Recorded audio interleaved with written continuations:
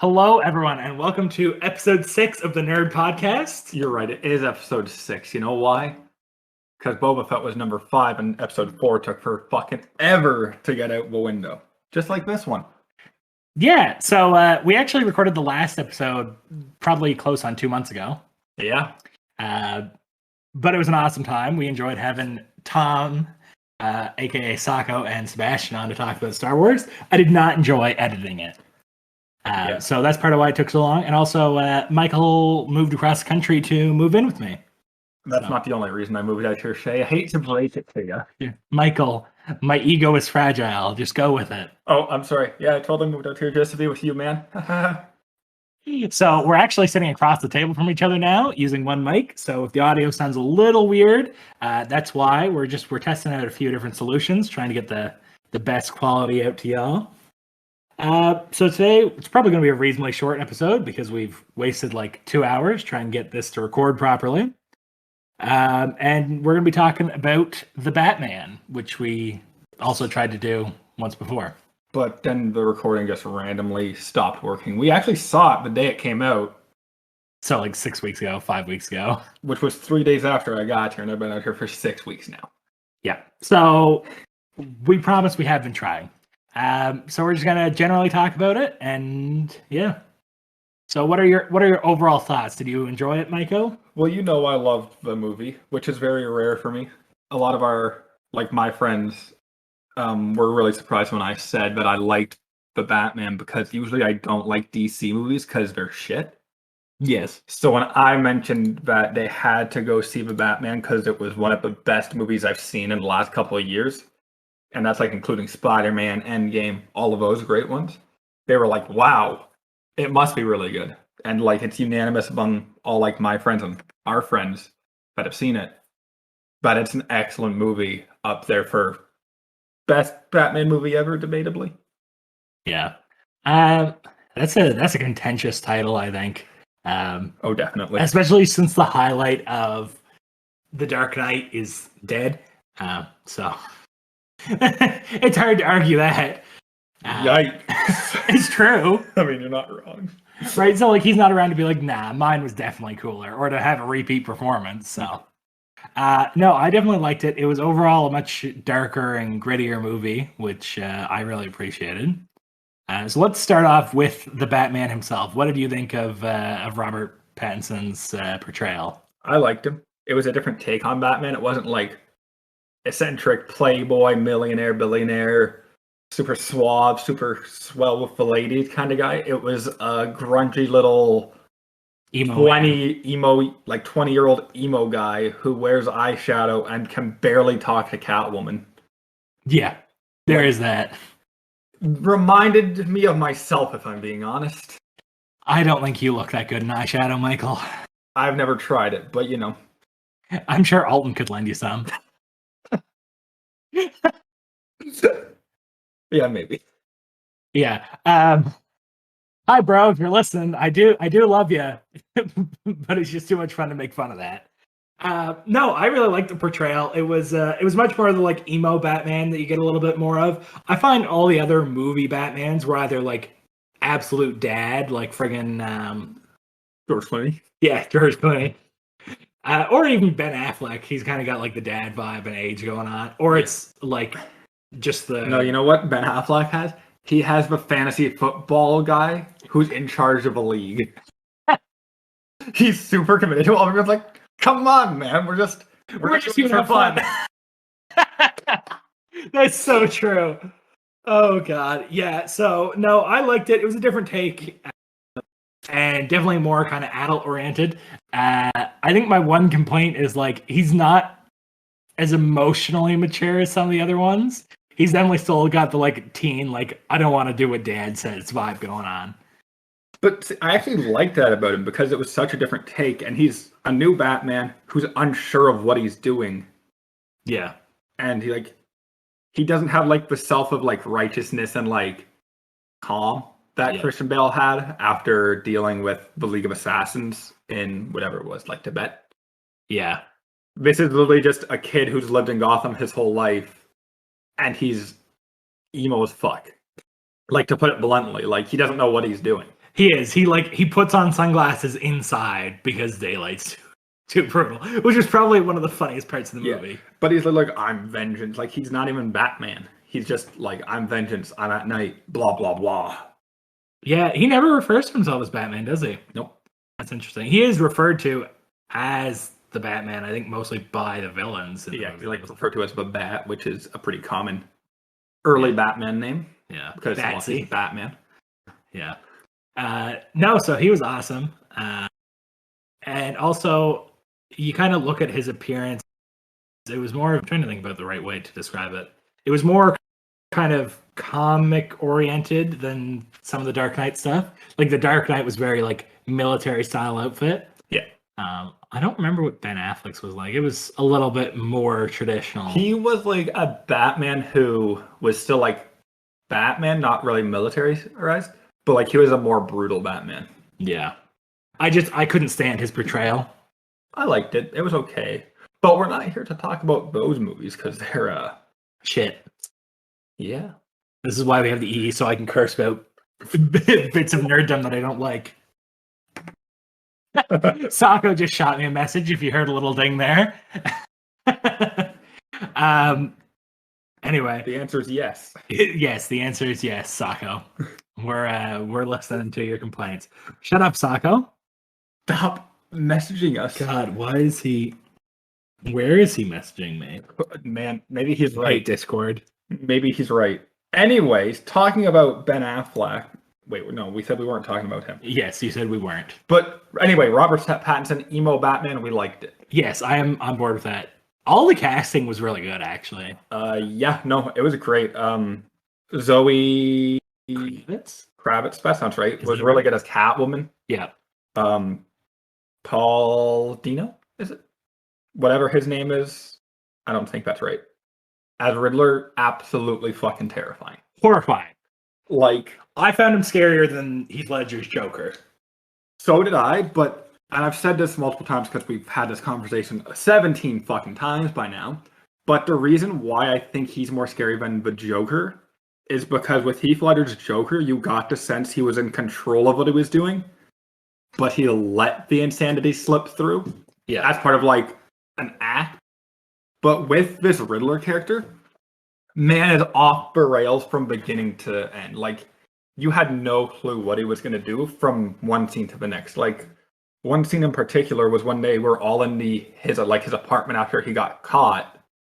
I thought 100% he was just going to blow that fucking apartment up. I did too. With Gordon, with Batman, and with all the cops. And I was like, yeah. Oh, I was like, he's about to kill 30 fucking people. I was like, Batsy's going to survive because of his armor. Everyone else is going to be dead. Like, I was like, Gordon and Batman are going to survive somehow. Every other single person in there, like, he's just going to kill 30 fucking people with 1 second.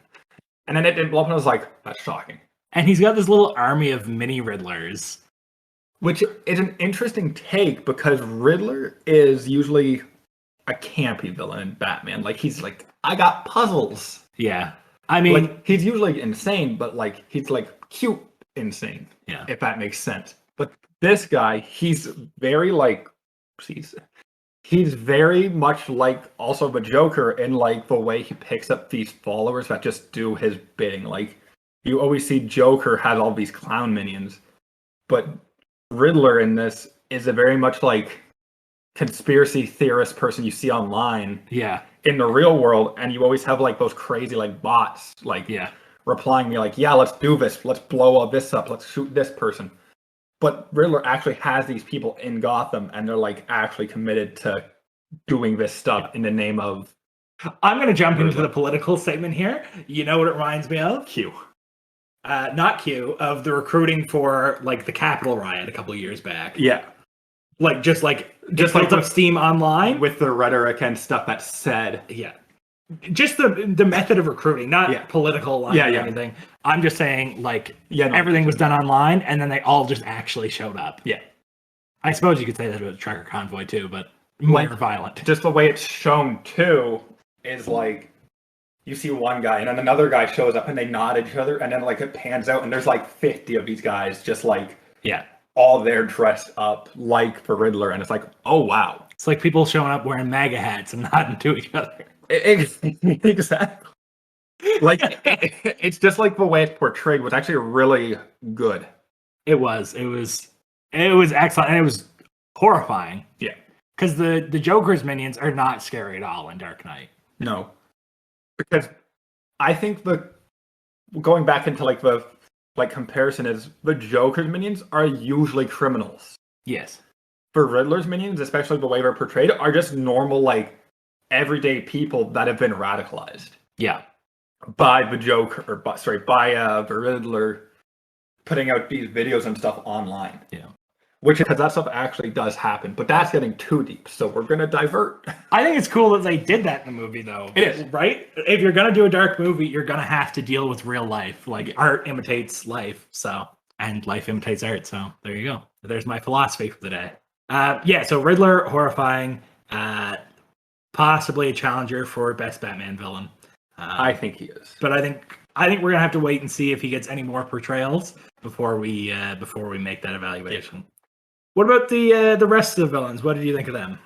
Well, you start talking about the Penguin because I talked a lot about the Riddler, so you kind of give your feedback on. I like the Penguin. I think his starting point, even though the character is really different, I think the starting position of the Penguin is very similar to that in Gotham. I've only seen the first 2 seasons of Gotham, but he's he's not as low level as that version of the Penguin, but he's just a lieutenant, right? He's just managing one club, not the whole empire. Yeah. But still completely insane. He gets probably 40 people killed in the highway chase scene because he gets a tractor trailer to go over in the middle of a city highway. So it's absolutely horrifying. Very kind of visually similar to some of the comic book, right? Like the bigger, Italian mafia guy. So that was really awesome. I don't know what your thoughts were. So, I like Gotham, and I agree. Penguin starts in a very similar-ish spot to Penguin from there. He's not as low down. He controls the Iceberg Lounge in this, but that's all he controls. And, it's very clear that he's a goon of Falcone and all the other guys. Yeah. They don't make fun of him to the level that he was in Gotham, but it's very clear they don't respect him. He's just a small-time crook to them. Yeah. But by the end, you start to see him rising up because of the moves he makes, and it's very clear he knows how to, do stuff. Yeah. It's interesting because he's low enough on the totem pole that Batman doesn't really have a problem making him squeal about some stuff throughout the movie. But at the same time, he's squealing in a way that's getting Batman to look after his enemies. Exactly. And that's a very Penguin move to do. Penguin's always kind of been a little bitch. Yeah, he doesn't like to get his hands dirty. No. Oh, the cat's coming in to join us for the recording. Yeah. Of course she is. No, so that portrayal was really cool. Falcone was good too. I really like the fact that they had Falcone in the show, in the movie, because they're putting a level of faith in the fans of the comics that we know who this guy is. We don't need an introduction to Falcone. Yeah. Just we don't need an introduction to the Riddler as a character or Penguin, because we know who they are. And even though Falcone's a smaller time person for on-screen stuff. Yeah. And what he does has huge impacts. Yeah, he's always that name that you just know from the comics, even if you're just a casual person who's into Batman. Falcone is the guy who shoots Uncle Ben in Spider-Man. It's a huge impact, but not a whole lot of direct screen time. Exactly. And you might not necessarily know who he is. Yeah. Which you've heard the name. And it doesn't really matter in the way that the Batman was shot. Yeah. It's just he's a crime boss. He's behind the scenes. Just kind of a very traditional kind of Italian mobster. Cut the glasses and the creepy facial hair. He's the Godfather. Yeah, he's the Godfather. There's another movie I haven't seen. Same. Man, we gotta catch up on some stuff like that. That was good. Catwoman was an anti-hero. I wouldn't even say she's a villain in that. No, anti-hero, I think is anti-hero. Is that the right word? Yeah. She's just a hero. Because Anne Hathaway, when she was Catwoman in Dark Knight Rises, she clearly had split morals. Yeah. But this Catwoman is literally just trying to help her friend. Yeah. And she's trying to get by. She's trying to get by. Like, sure, she rats out Batman and leaves him to get fucked over, but then by the end, she's at the climax. She's helping out. Like, Yeah. she never really had like an actual bad moment. Yeah. I think her moral code, I think she's an anti-hero in that her moral code doesn't line up with the protagonist's. Yeah. Which honestly, like most don't. Like Batman is very much like no guns and no killing, which he sticks by in this. Yeah. Yeah, so I thought she was excellent. I hope we see her again. They keep like one-offing Catwoman, but in the comics, to my understanding, she's a recurring long-term thing. I think that's a big problem in DC is they don't recur any of their villains, and I think that's like if you're gonna have the heroes recurring, you may as well have the villains recurring, like what they do with Loki in the Marvel universe, to a certain extent with Thanos. But I think that's it, really. Yeah. Like a couple people have come back in there, but like that's also like a very different universe. Yes. Which is a big thing. But like part of especially Batman's villains is that he doesn't kill them, they get locked up in Arkham Asylum. Yeah, so there's released or literally they break specific. out. There's literally a specific like shoehorned in reason of why he faces the same people. In Marvel, a lot of the villains do end up dying. Yes. And then resurrected. And sometimes they go on the raft. Or Marvel's got a lot of characters that go back and forth between being heroes and villains. So, but anyway, I think that it'd be nice if Batman brought some villains back. And they only killed off one villain. They only killed Falcone. Yeah. So Penguin will definitely be back if this expands into its He own also universe. has a show coming. Does he? Yes, I don't know when it's coming out. Is that tied into the same universe? Yes, it's the same guy. Okay. I forget his name. That's awesome. Colin Farrell. Yeah. DC just they can't get their cinematic universe together. You know, they need to go one direction and stick with it, and I think they should really ride this dark twist on the movies because Batman succeeded, Joker succeeded, Birds of Prey and the Suicide Squad are a bit darker. They succeeded. Peacemakers are a really good show. That's dark. Yeah. The thing is, they can use some of the existing properties that aren't linked into the DCEU. Like they can use, I think they can use the Suicide Squad characters. They can use the Birds of Prey. Can they not? Yeah. I haven't seen all of them. Like they're all kind of shoehorned in together, but they're also all very separate entities. Right. So like they can just say like this is at different points in the timeline, and they can bring it all into one universe. Obviously, they're gonna have to ditch not the Snyderverse, the main DCEU, but that's a shit show anyway. Yeah. Horribly managed. And who knows what the Flash is going to do to the whole timeline? Because apparently it's just resetting a bunch of the DCEU anyway. Oh well, maybe that's the point of that. Maybe this is going to be a I don't know, kind of a No Way Home. It's an incredibly mismanaged affair at the DCEU offices. They just need to pick one person and fall behind one vision, like they did with God, what's his face of the MCU? Yeah, Robert Downey. No. Director. Oh, Jon Favreau? No. Oh, like Kevin Producer. Feige? Yes, Kevin Feige. There we go. Yeah. I just saw the success of the MCU and they rushed Justice League, and that's just spiraled their entire universe out of control. Yeah. We had no clue who half the fucking characters were when they were in Justice League. Like with the Avengers, we had already met Captain America. We'd met everyone. Thor, all in their own movies, with big supporting role from Black Widow in one of them. And a minor one from Hawkeye. And seen Hawkeye. And we knew Nick Fury and Coulson. Yeah. We knew Pepper Potts. We knew Loki. Yeah. Hawkeye, even like Avengers introduces him to a good extent, right? Because that's why he's the one that gets taken. Because you could easily like take Black Widow instead, but she's had a major supporting role already. So, but then Justice League, we had Man of Steel and Batman versus Superman, which suck because Man of Steel was awesome, but Batman v Superman was fell on its face from everything I've heard about it. Yep. So, but by the time we actually got to Justice League, was Wonder Woman out before it too? Nope. We knew Batman.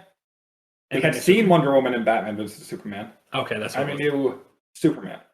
We're literally introduced to Flash, Cyborg, and Aquaman, three of the major characters in that movie. Yeah.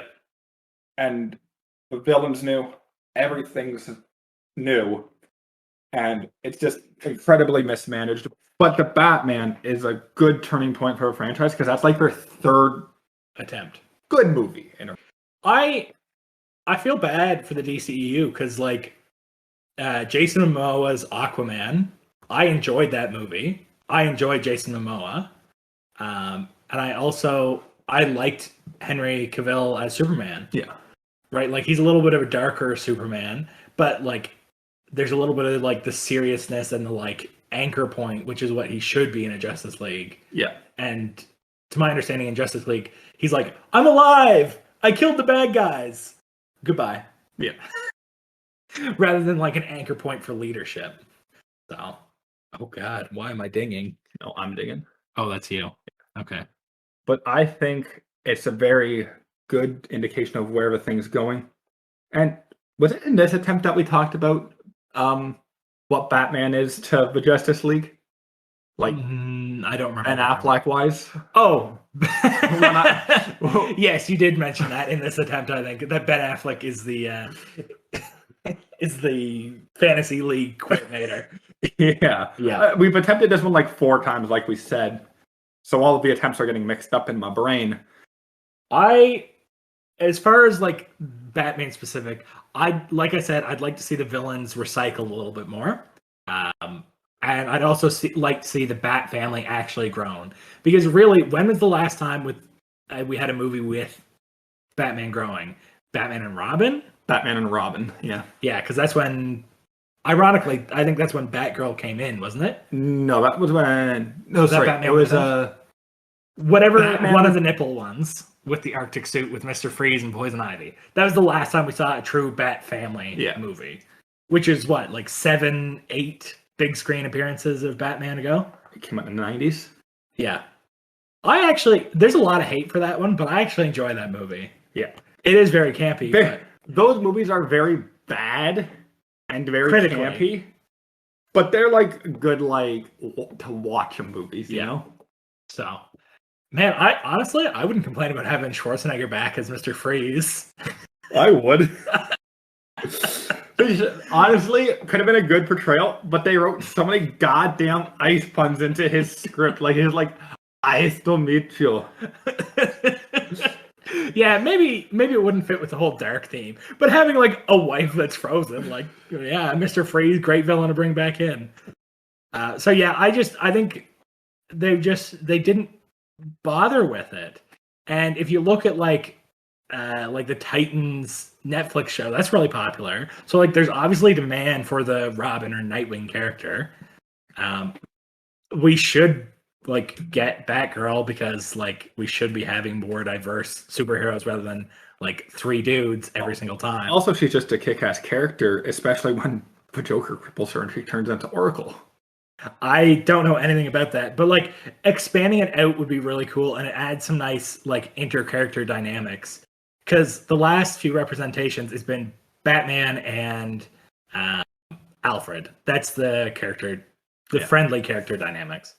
Like literally all that you get in the Dark Knight trilogy is he's obviously on really good terms with Commissioner Gordon. Yeah. And then there's that cop in but Dark Knight Rises that's really just around, and then he's just name dropped as Robin at the end, and it's like, oh, that makes sense, I guess. Which would have been cool. And he's the new Batman. Okay, like that's literally just it. Yeah, and that's all they do to expand his whole thing. It would have been cool if they'd done like a spin-off off of it, but that was kind of before the true age of superheroes was really... Yeah, that was like... Because that trilogy wrapped up just at like the birth of the MCU really blowing up. Because that came out the same year as the Avengers. Yeah. And that was like the dawn of this new age of MCU, DCEU. Yeah. So I'd like to see them actually grow it and explore it more than just the face planting that DC has done. Because I think there's a lot there to be done with darker stuff. You look at the success of like the Deadpool movies, the success of the dark DC stuff. Yeah. Like there's a lot of material there that really should be dove into. People who are fans of the MCU when it's first coming out, like us, are in young adulthood and want that darker edge as well. Yeah, like I just don't think DC makes good decisions because they're trying to compete with the MCU, They need something niche. they clearly have the edge on. Yeah. Like, not just because of like quality of movies and whatnot, but like it's Disney owning it. They're clearly going to pump billions of dollars into their properties to keep it going. Yeah. And Warner Brothers can't compete with that, so they shouldn't try to compete with it. They need to find their niche, like you said. And if they find a niche, like it might not be as big as the MCU, but it could grow to be like a Star Wars comparable franchise. Yeah. Right? So they've got the material and they've got the support system. They just need to stop throwing themselves at a challenge that is just not a good idea. Yeah. Especially with the fact that MCU is now pumping out all kinds of stuff on Disney Plus, right? Yeah. So if it used to be that like, oh, there's no Marvel movie coming out soon. Oh, but look, hey, Justice League is coming out next month. Let's go see that. Now it's like you got Marvel stuff coming out every 6 weeks. Yeah, like literally, like what last year we had WandaVision, Loki, Falcon and Winter Soldier. There you go. Black Widow, What If, Eternals, Hawkeye, Spider-Man, Shang-Chi. 9 different properties, and I'm pretty sure I missed one. And then this year already, we've had Moon Knight. We're still going to get the Marvels. Doctor Strange. Doctor Strange 2, Thor 4, which for trailer for that's coming out on the 11th, apparently. Oh, that's sick. I'm pretty sure I missed some stuff. Like, it's crazy how well they market themselves, especially in comparison. Black Panther 2. Black Panther 2 is this year, apparently. I think. I could be wrong. Maybe we don't trust us. It's not like we're a nerd podcast or anything. We're professionals here. But anyway, like, you can't compete with that kind of release schedule, so you need to find a different audience. Yeah. And that's just it, right? Like, they need to stop making their stuff kid-oriented as much. Yeah. They should really dive into, like, not necessarily, like, hardcore, like, R-rated stuff, but, like, quit making the quippy jokes that the MCU does, even though I appreciate those jokes because some of them are funny. Yes. But, like, the Batman had, like, 5 jokes in it. Yes. And it was a debatably better movie than most of the MCU movies. It was better than a good chunk of them. I don't think it was both. I have a bias towards Marvel.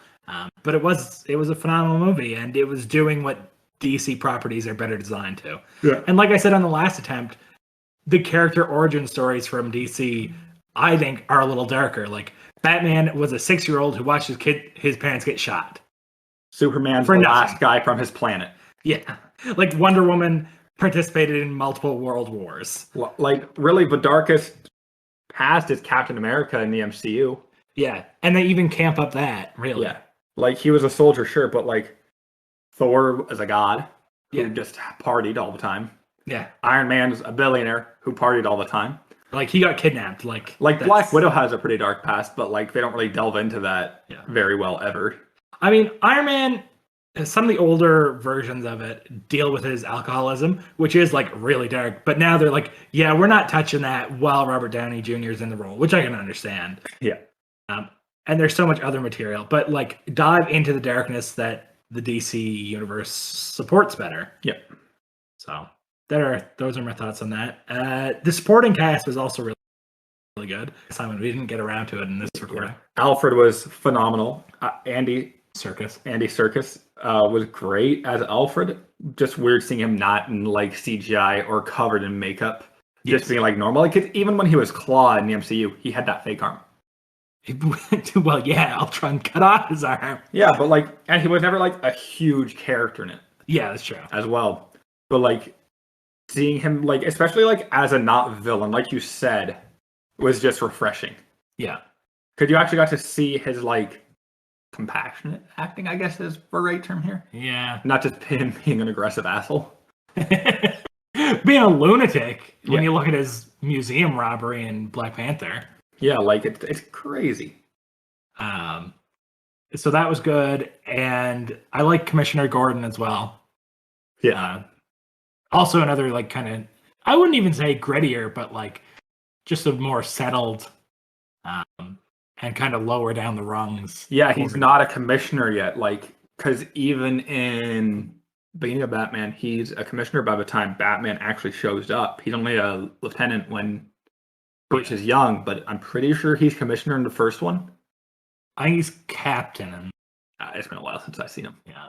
But like he's super high up. He's super low down here, but he still knows Batman, and everyone's like, "The fuck are you doing with that guy?" He's a contact point. Yeah, and he gets Batman out of prison. Yeah, he does, and then gets in shit for it. But like he's actually like boots on the ground, not just like having intelligence talks with Batman. Yeah. So no, it was really good. The supporting cast was good. The lighting was the cinematography crazy. And it was really good. Like the fight scenes you mentioned, really make him seem like a scary guy in a way we haven't seen Batman before. Yeah. It's definitely a movie that's designed to be watched in a theater. Like you can't watch it on like a summer afternoon in your living room with the curtains up. You won't be able to see anything on the screen for half the movie. But like, I think it was the last time we recorded this, so I apologize if I'm repeating this within the same recording. There's a scene where he's beating up these guys just lit by bursts of gunfire. And it's legitimately terrifying. So, like, that was awesome. There's a real gothic twist on the Wayne Manor, and it's very, like, gray and white. And, like, it's playing with him being used to the darkness. He puts on sunglasses inside, so... and going off of that Wayne Manor comment, you don't even see Wayne Manor. It's like a completely different... Like, he lives in an apartment in the city. Yeah. And he accesses his bat cave through, like, a sewer or something. Yeah. Well, I don't think it's actually Wayne Manor. It's Wayne Tower in this version. So, which is cool. Like, they visit what used to be Wayne Manor, but they literally... turned it into an orphanage? It was like an orphanage in this timeline, and it's like that's a sick twist on them being rich, because they wouldn't want to live that far outside of a city if their business is literally in Gotham. Which is also cool because it gives a good origin story for Riddler, which we didn't even talk about. So it was just awesome overall. I want to see more. I'd love to see more of that franchise. There's not much I don't want to see more of. Like, I want to see more of those villains. I want to see more of that supporting cast.